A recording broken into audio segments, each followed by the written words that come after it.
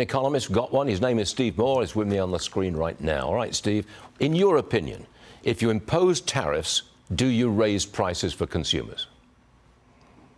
Well, good to be with you, Stuart. I mean, the president had a good response to that where he said, look, I was president for 4 years. We did have tariffs, and guess what? We had record low inflation. So I think he is correct that there is no law of economics that says when you raise tariffs that overall inflation will rise. Because let me just give you a simple example. Let's say we put a 25% tariff on toys that are imported into the United States from China. Well, that will mean that anybody who buys toys imported from China will probably pay a little bit more, but the Fed has control of the overall money supply, and so that means that the price of other things would necessarily be depressed. The only way you get more inflation is when the Fed flushes more money into the economy. That's something Milton Friedman taught us 50 years ago, and he was exactly right about that. Now, I'm not here to defend tariffs. I'm a free market guy. I believe in free trade. I would rather have tariffs as low as possible. But one other point, if I may, because I get asked this so many times, and I think there's so much confusion,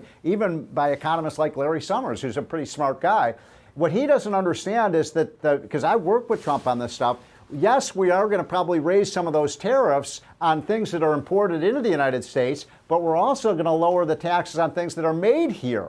And that's going to lower their prices. So overall, I see no impact on inflation whatsoever. Just straighten something out for me. When he imposed tariffs in his first administration, did that literally bring in hundreds of billions of dollars to the United States Treasury?